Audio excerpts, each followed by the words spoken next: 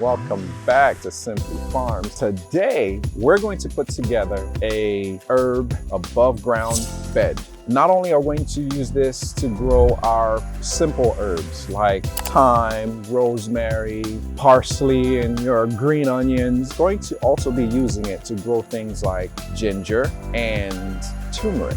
And of course, all year round, we're going to keep changing what's in there, and we're going to keep using things in the kitchen. And as we use these things in the kitchen, we're going to go ahead and replace with new things in our herb bed. But here's one thing. I always promise you guys I'm going to give you a pro tip. So here's a pro tip. The wood that I'm going to be using for this thing is absolutely free. Take a look. Right? This is how this happened, right? Just a short story for you guys. So I noticed there were some gentlemen that were actually putting down an ATM at a bank. They were bringing down an ATM from a truck, and I noticed that it was on a nice pallet. And I went up to them and I asked, are you guys going to be destroying this pallet, or are you going to be reusing it for anything? They said, actually, no, we're actually going to get rid of it. We have a bunch of them actually on the truck that we're getting rid of, so you're more than welcome to them. So what I did was I took one of the pallets apart because I wasn't driving my normal truck at that point. So I took the pallet apart. Now, what I'm going to be using it for is to build an herb bed. Now, here's another thing that I'm going to be using on this herb bed. I found some leftover wiring, chicken wiring that I had in the garden that I usually use it to make little baskets to put around my pineapples. Keep the critters away from there. I'm going to be putting that at the bottom of the bed because I don't want any little critters to climb up underneath the bed and start eating at the different things that I'm growing in there. So I'm definitely going to be putting that at the bottom of it. And here's something I want you guys to always do. Sometimes, not every time, but sometimes you have to put it together in terms of just putting the pieces out to kind of give you a vision of what you're going to construct before you do it. So me personally, what I do is I start taking the pieces and I start putting them on the floor in different sections to kind of give myself a vision of what it is that I'm going to be using and how everything is going to be put in place before I start putting one screw in. Kind of like a little Lego puzzle. You know, you start putting some pieces here and there and you kind of get your idea of what it is you're going to be doing at the end, and then you start putting things together. You never want to start screwing things in until you have a real understanding of how everything is laid out. So let's go ahead and start assembling everything together, and then you guys will see exactly what I'm talking about. All right, guys, so here it is, right? So I got everything put together the way that I imagine that it's going to look, all right?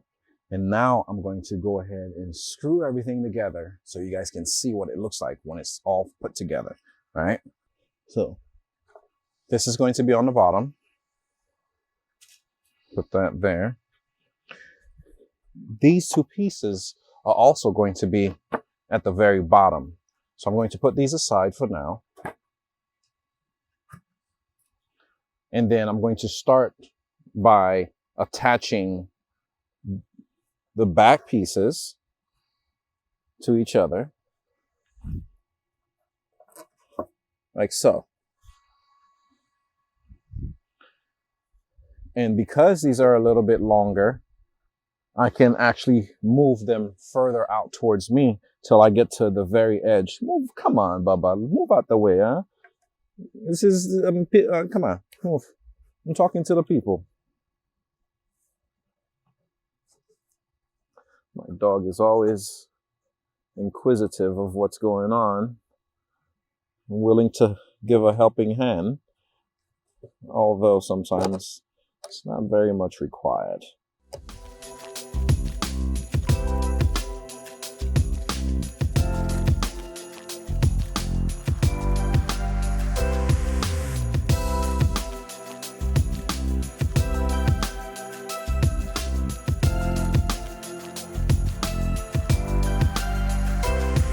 Now that I have this put together, I'm going to go ahead and get everything screwed together. Now, make sure that when you're selecting the type of screws that you're going to need, that you select the screw that's going to fit what you need, okay?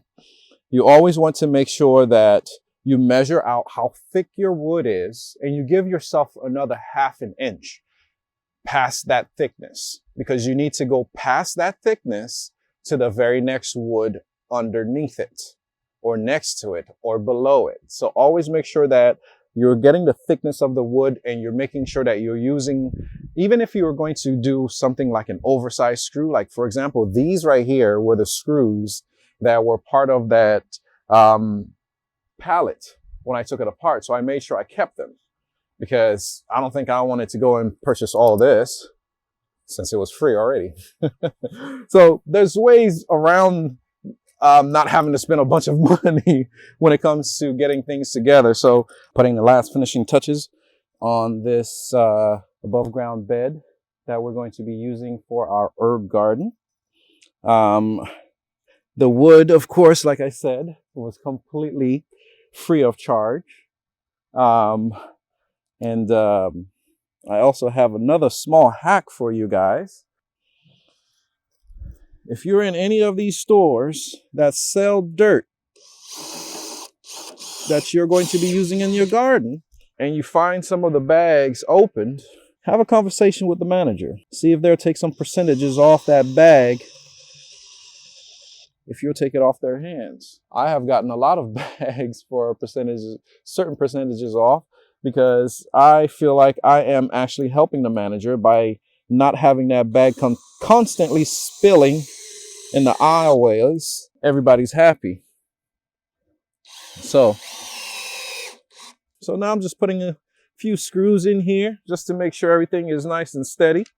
And from here, we have successfully created an above ground planter that we're going to be using for all of our herbs that we will be growing in this garden.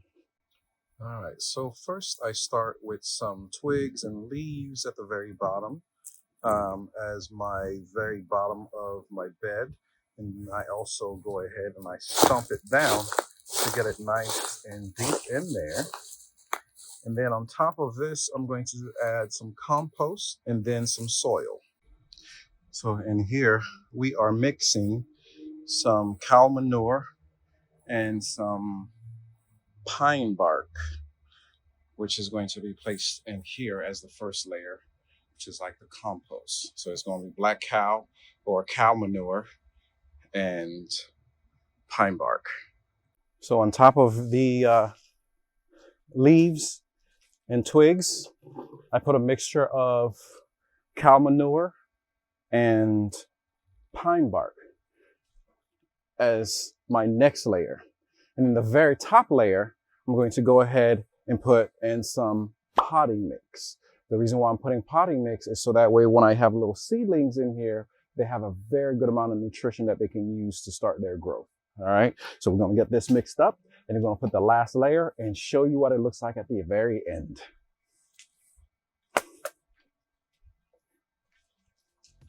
Finally done with it. Got all the soil in it.